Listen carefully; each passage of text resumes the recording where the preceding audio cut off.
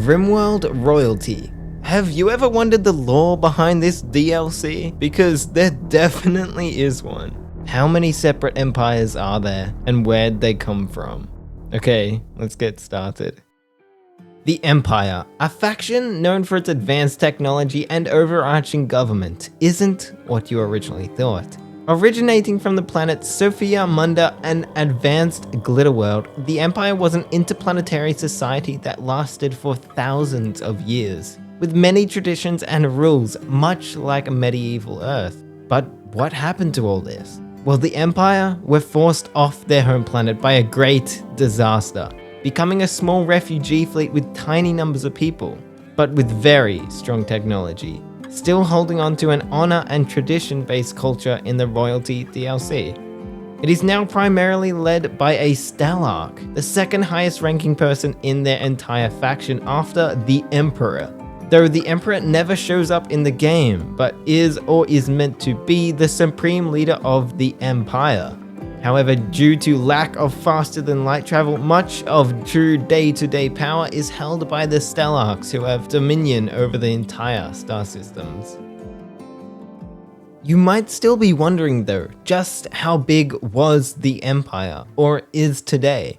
And how did this catastrophic disaster even occur? Well, as we know, the Empire is actually a fragment of the destroyed Galactic Empire, which was most likely annihilated by some unknown enemy or thing. As stated in the RimWorld Wiki, cultures with Sophian backgrounds will have lore that references rebels led by a revolutionist, and also bioengineered plagues deployed on this planet. It is possible that this is the enemy and or calamity that destroyed Sophian society altogether. But how many fragments or outposts of this destroyed empire remain?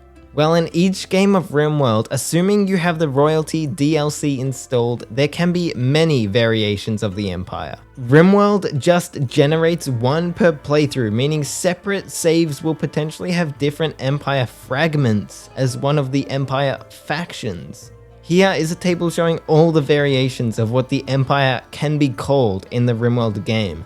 This also implies that the once united Empire is scattered all around the known galaxy and has split into at least this many parts.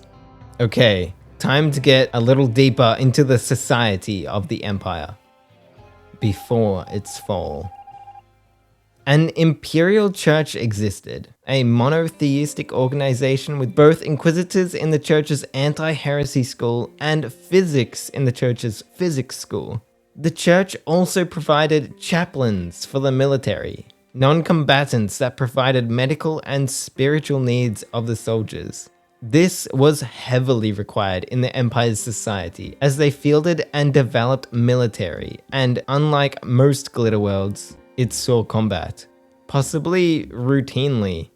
Rarely did a generation not see a war or conflict of some variety. This included both planetary combat involving infantry and aircraft and spaceborne ship-to-ship combat.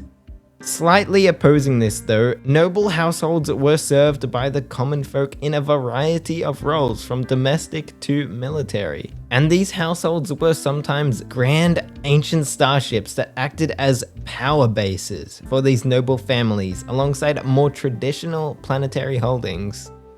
Nobles and commoners alike would be born and raised on these ships. Noble titles though are primarily hereditary, which meant that wars of succession as well as smaller scale conflicts over inheritance were not unheard of. Some families implemented contingencies to guard against this, though few stopped all conflicts from occurring.